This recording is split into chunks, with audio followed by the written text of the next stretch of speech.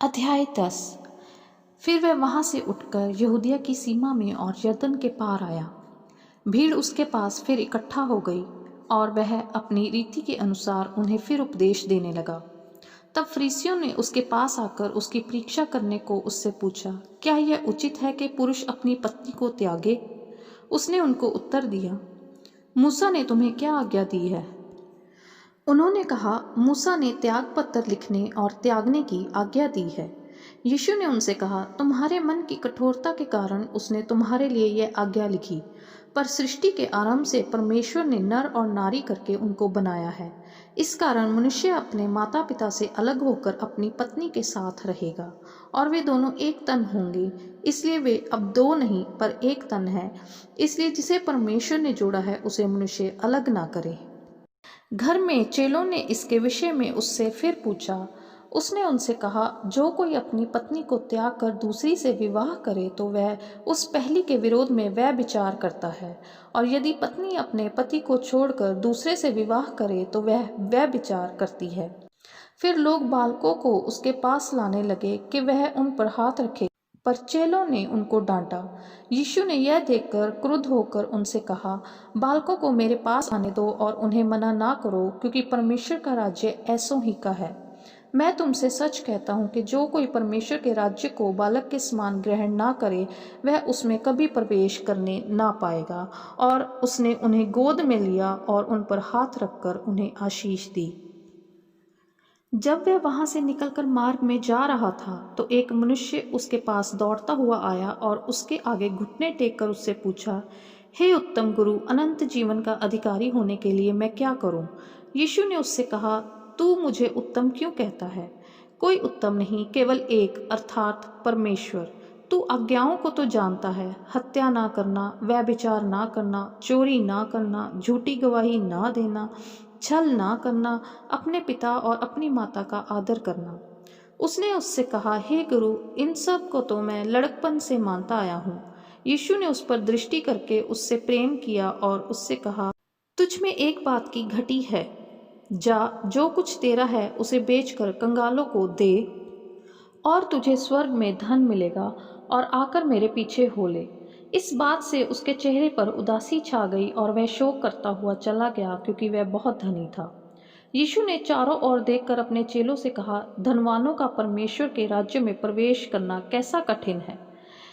चेले उसकी बातों से अचंभित हुए। इस पर यीशु ने फिर उनसे कहा, हे बालकों, जो धन पर भरोसा रखते हैं उनके लिए परमेश्वर के राज्य में प्रवेश करना कैसा कठिन है। परमेश्वर के राज्य में धनवान के प्रवेश करने से ऊंट का सुई के नाके में से निकल जाना सहज है। वे बहुत ही चकित होकर आपस में कहने लगे, तो फिर किसका उद्धार हो सकता है? यीशु ने उनकी ओर देखकर कहा, मनुष्य से तो यह नहीं हो सकता, परंतु परमेश्वर से हो सकता है, क्योंकि परमेश्वर से सब कुछ हो सकता है। पतरस उससे कहने लगा, देख, हम तो सब कुछ छोड़कर तेरे पीछे हो लिए हैं। यीशु ने कहा, मैं तुमसे सच कहता हूँ कि ऐसा कोई नहीं जिसने मेरे और सुसमाचार के लिए घर या भाइयों या बहनों या माता या पिता या बाल बच्चों या खेतों को छोड़ दिया हो और अब इस समय 100 गुना ना पाए, घरों और भाइयों और बहनों और माताओं और बाल बच्चों और खेतों को, पर स्ताव के साथ और परलोक में अनंत जीवन। पर बहुत से जो पहले हैं पिछले होंगे और जो पिछले हैं वे पहले होंगे। वे यरूशलेम को जाते हुए मार्ग में थे और यीशु उनके आगे आगे जा रहा था। चेले अचंभित थे और जो उसके पीछे पीछे चलते थे वे डरे हुए थे। तब वह फिर उन 12 को लेकर उनसे वे बातें कहने लगा जो उस पर आने वाली थी। देखो, हम यरूशलेम को जाते हैं और मनुष्य का पुत्र प्रधान याजकों और शास्त्रियों के हाथ पकड़वाया जाएगा, और वे उसको घात के योग्य ठहराएंगे और अन्य जातियों के हाथ में सौंपेंगे। वे उसको ठट्ठों में उड़ाएंगे, उस पर थूकेंगे, उसे कोड़े मारेंगे और उसे घात करेंगे, और 3 दिन के बाद वह जी उठेगा।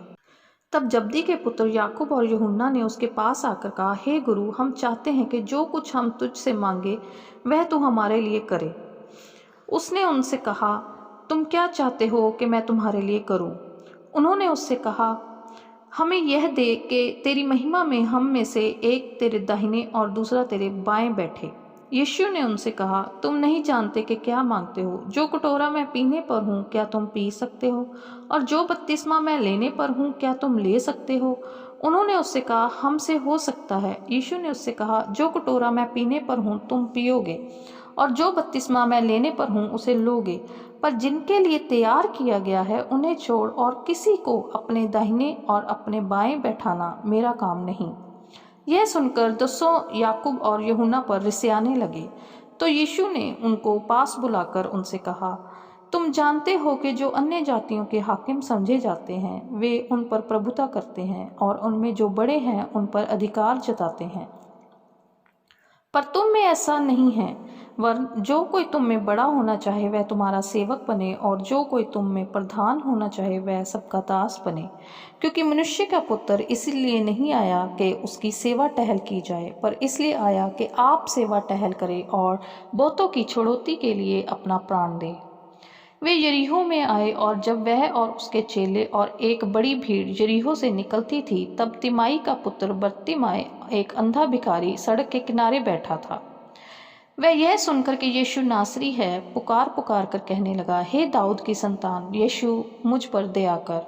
बहुतों ने उसे डांटा कि चुप रहे, पर वह और भी पुकारने लगा, हे दाऊद की संतान, मुझ पर दया कर। तब यीशु ने ठहर कर कहा, उसे बुलाओ। और लोगों ने उस अंधे को बुलाकर उससे कहा, ढांढस बांध, उठ, वह तुझे बुलाता है। वह अपना कपड़ा फेंककर शीघ्र उठा और यीशु के पास आया। इस पर यीशु ने उससे कहा, तू क्या चाहता है कि मैं तेरे लिए करूं? अंधे ने उससे कहा, हे रब्बी, यह कि मैं देखने लगूं। यीशु ने उससे कहा, चला जा, तेरे विश्वास ने तुझे चंगा कर दिया है। वह तुरंत देखने लगा और मार्ग में उसके पीछे हो लिया।